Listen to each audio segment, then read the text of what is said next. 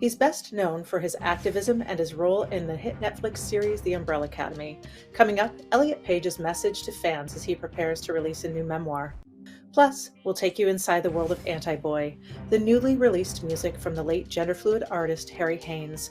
We'll talk with his mother, actress Jane Badler. And The Show Must Go On, the movie that examines the impact of the COVID pandemic on Broadway. That's all ahead on Advocate Today.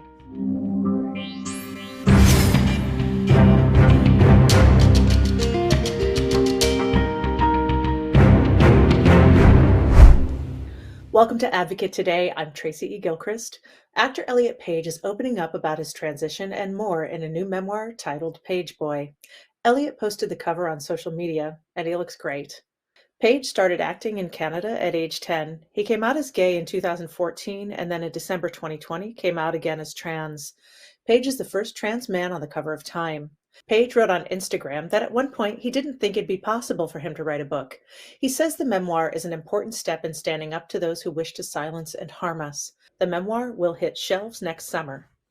The late gender-fluid visionary artist Harry Haynes imagined a world where self-love reigned supreme. His works included artwork and music, and his electro anthem One Love features a world filled with light, love, and beautiful things. Harry's mother and actress Jane Badler and LGBTQ+ filmmaker Michael J. Saul teamed up to amplify Harry's message. I spoke with the two of them as we stepped into the world of Anti-Boy. Jane, for those who aren't familiar, would you explain a little bit what Anti-Boy is? I mean, I read that, some people might see as like a Ziggy Stardust type of persona for Harry, but would you explain who Anti-Boy really was? Well, it was just a character that Harry had created because he was always creating characters in order.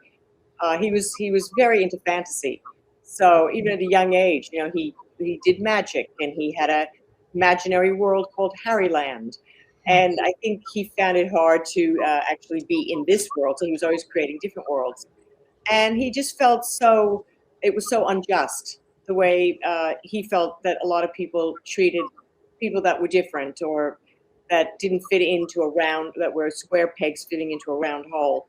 So he created this character of Anti-Boy, which is sort of a play on it. Not quite a boy, not a girl, Anti-Boy, and he used that name to in his mind it was this kind of this futuristic character in 2025.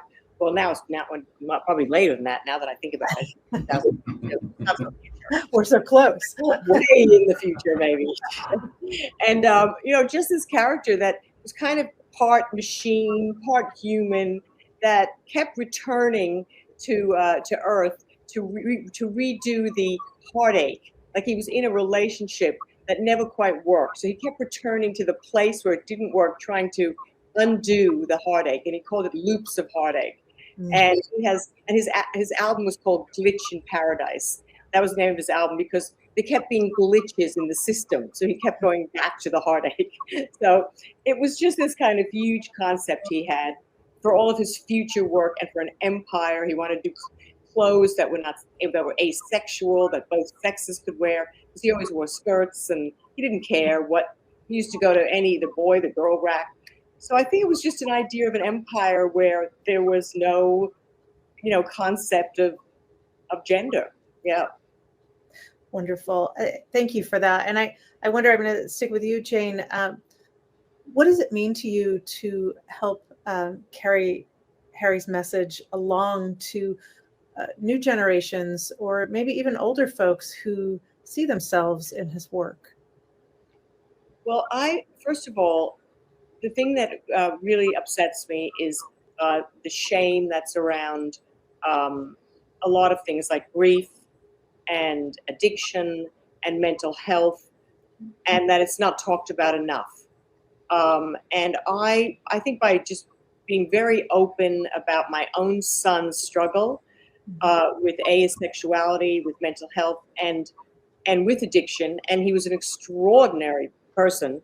I think by just being open and using art, using film, using music to show this and to shed light on it is a beautiful way for people to not feel overwhelmed by the messaging and to show people a little kind of slice of that life and to, enlighten people about it, but also to help young people who feel different. And it's very important to me. And it also is important because I feel close to Harry, and I feel his presence when I do this work. Thank you. And Michael, same question for you. What does it mean to you to carry Harry's message forward for young kids who might be dealing with gender or sexuality or, addiction, etc.?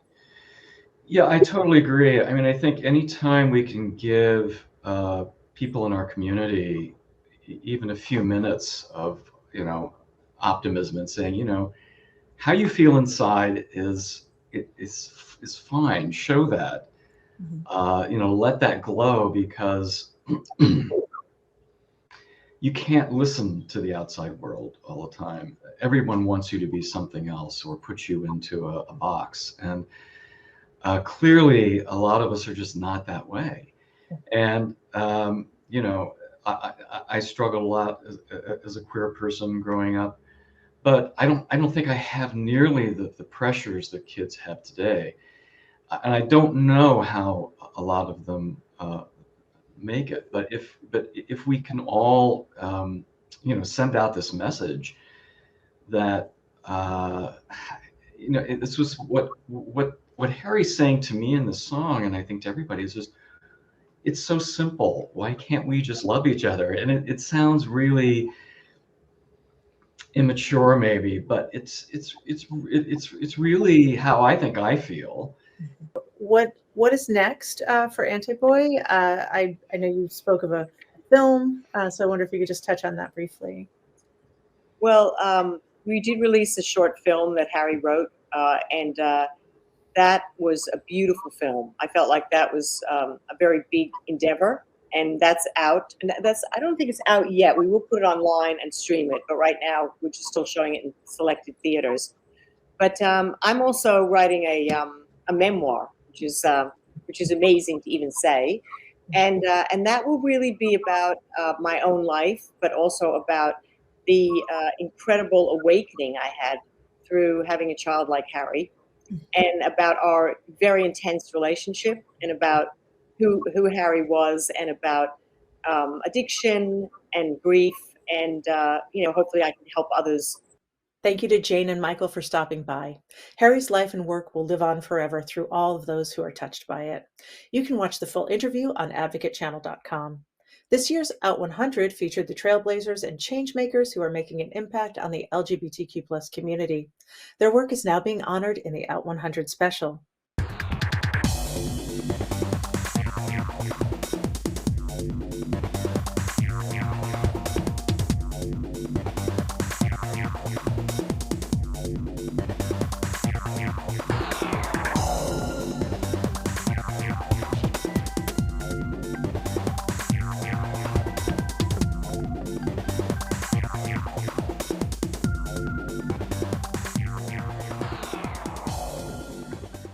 Two new movies are taking a look at two very different communities, one in the heart of Manhattan and another in a poor rural Alabama county, but both are fighting for survival. David Daniel has more.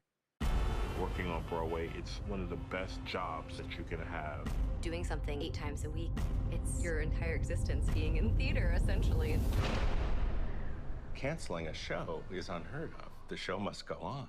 But of course, the COVID-19 pandemic shut down all of Broadway, putting more than 96,000 people out of work. The documentary Broadway Rising looks at how that community coped and what it took to bring Broadway back 18 months later.